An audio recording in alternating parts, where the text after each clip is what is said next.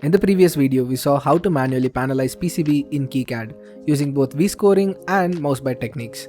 In this video, we'll see how we can automate this process using some plugins within Kicad and also how we can use a third-party tool to panelize various PCB projects into a single panel. To start, go to the plugin manager within Kicad. Search for Kikit and install this plugin. And once the installation is done, you might get a pop-up saying no Kikit backend found, and this is a pretty simple error to fix. Just open the Kicad 7 command prompt. In this terminal, do a pip install for Kikit using the command pip install Kikit. It should take a couple of seconds, but it should be done quite fast.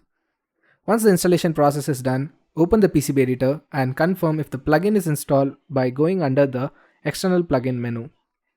Here we can see there are two tools that comes with Kikit plugin. First, we have the show hide reference and then we have the panelize PCB.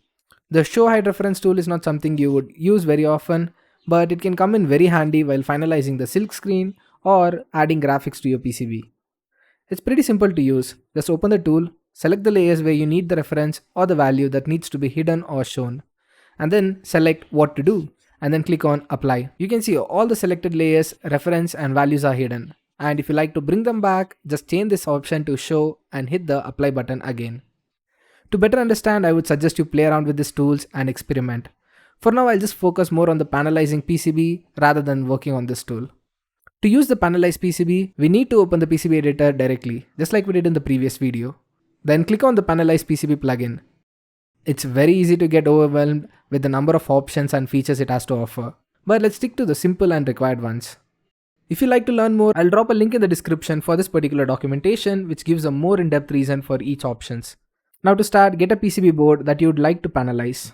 I'll use the same PCB from the Kicad series. Here the layout option defines the shape, number of rows and columns and many other factors that's related to the panel. But we'll only change a few of these settings.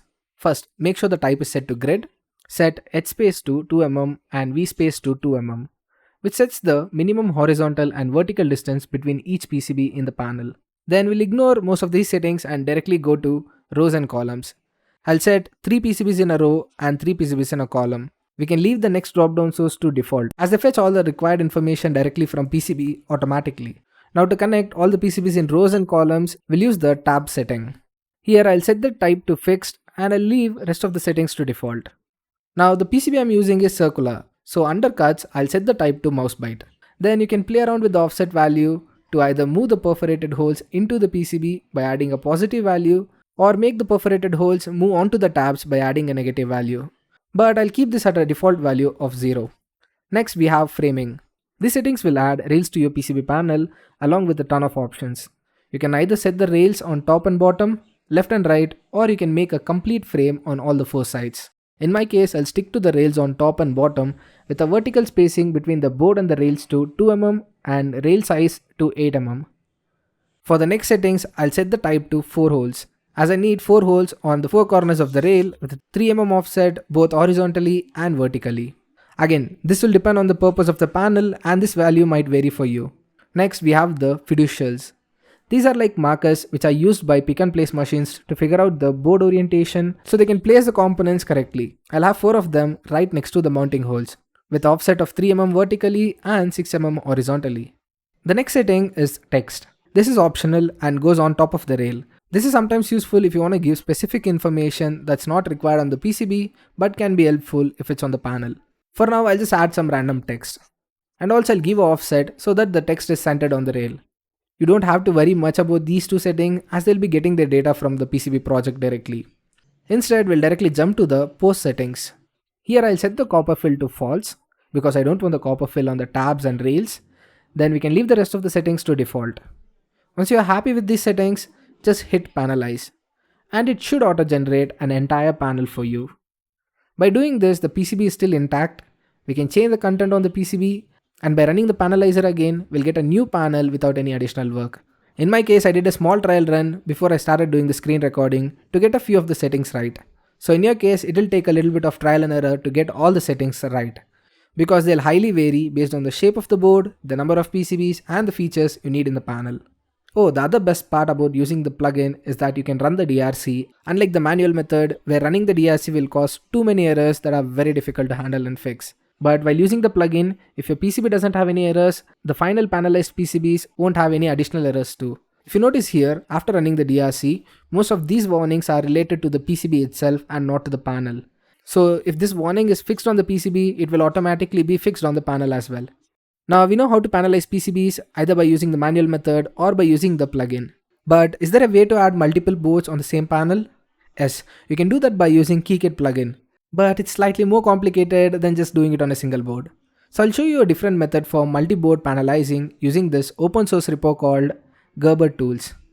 Just download this repo from GitHub and extract it to any location that you like. Here we have a lot of tools, but we'll look at them in a different video. For now, just open the Gerber Panelizer folder, run the Gerber Panelizer.exe. If you get a Windows warning, make sure to click on More Info and allow the program to run. Once the Panelizer window is open, go to File and click on New. This will create a new panel. You can adjust this panel size by going to Panel Properties and changing the settings for the panel.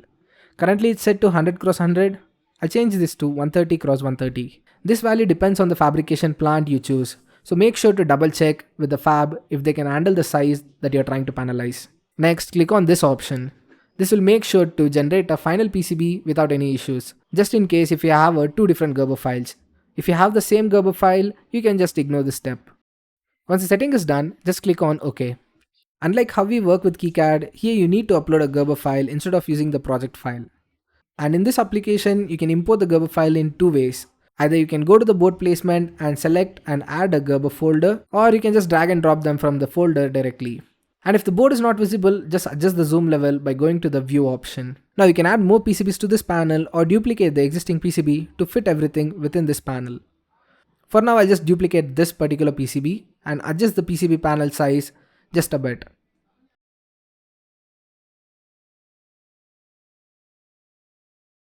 You can manually play around with the placement of this PCB, or you can go to the board placement and select the option to automatically arrange the PCB on board. And once you're happy with the placement, go to Break Tabs and click on the Create Break Tabs, which will automatically create all the mouse bytes. Currently you can see the color has changed from red to yellow, which means we have some sort of warning and haven't panelized the PCBs properly. But we can fix this by adding additional tabs manually until everything turns green. I know this PCB panel is not perfect, we have a lot of empty space on the top, but if you don't want to waste the space, you can fill it with other smaller circuits or any other open source Gerbers from the internet. Now to export the panel, go to File and then click on Export Gerber Files. This should take some time, but it will generate a combined Gerber file that is panelized along with some cool 2D images. Finally, we can finish this by zipping all these files together and send them for manufacturing. And this completes the video.